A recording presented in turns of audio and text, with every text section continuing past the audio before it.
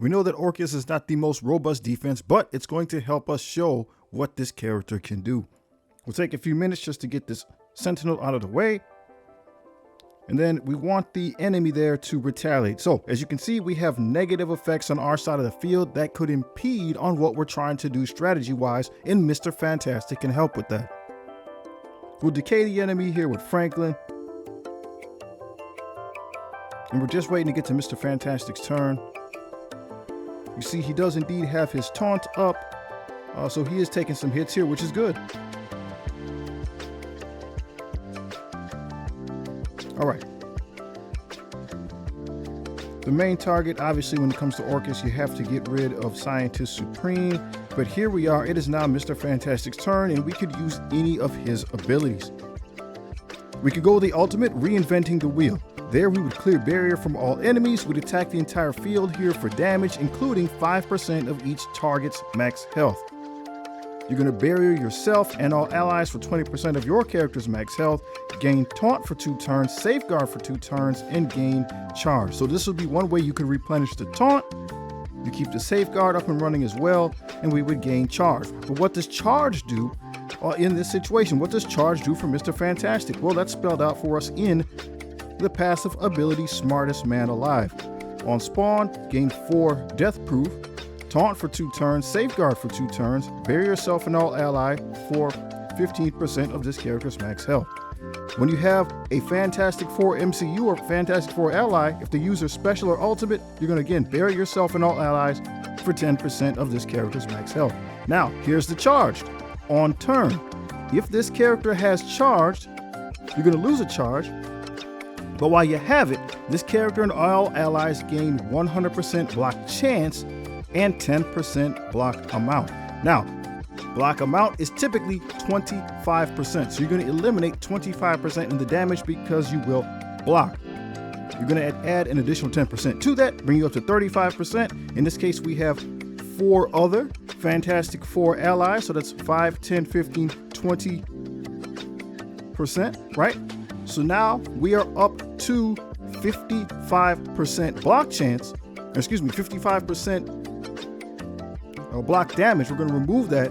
So that's a little bit better than defense up. When we do not have defense up active, it cannot be removed. It's something that will simply always be in play with this team. I think that is a very, very interesting mechanic. Now, since we do indeed have negative effects on our side of the field, we're going to go with the special calculated breakthrough. Apply stun to the primary target, attack primary and adjacent targets for damage, gain taunt for 2 turns. So again, we'll be replenishing our taunt.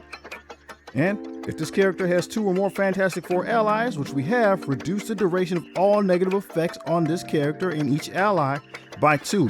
That does indeed include trauma, right? So this is that decay for the negative effects on our side of the field. This is how we would wipe away all the negative effects on our side of the field if there's something impeding you from doing what you need to do.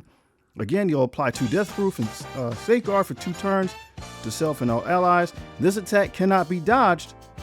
And if the character has 2 or more Fantastic Four MCU allies, it is unavoidable. So as we look at Lady Deathstrike here, she does indeed have evade. She should dodge this, but she will not be able to. It will be unavoidable. Let's go ahead and take a look. We're doing the math on this one. The negative effects go away, and we have this turn again in the bag. This team is capable of some very high burst damage. So if you see a really strong character just hanging out on his own, you might be able to just go ahead and blast through, knock him out before he has an opportunity to take a turn. Now, one of the things I want you to think about is when we read all those abilities having to do with Mr. Fantastic, none of those, did you notice? Nothing that we read said in arena. So all of it's fair game. So this would be a better opportunity, as you saw there, for the ultimate. Characters are more spread out. We didn't use the thing to pull people together, so to make sure we hit everybody. That was the better use of the ultimate ability. But again, nothing that we talked about said in arena, so Mr. Fantastic's abilities will work in all game modes. Just something to consider. This team is shaping up to be very, very powerful. Another point to keep in mind is that we do have him right now as a raider, which is fine. He's going to drop vulnerables on people, but we could make him a fortifier, right? We could. It's something to kind of consider. We will then get that minor defense up. And so if he has that taunt all the time, including the barrier with the minor defense up and the block chance, that can make him difficult to drill through. Again, just something to keep in mind. Now, we got those ISO 8 thoughts from Updog's video. See, Updog, he had a nice infographic about the team. If you haven't seen it yet, please go over here and check Updog's video out as soon as possible.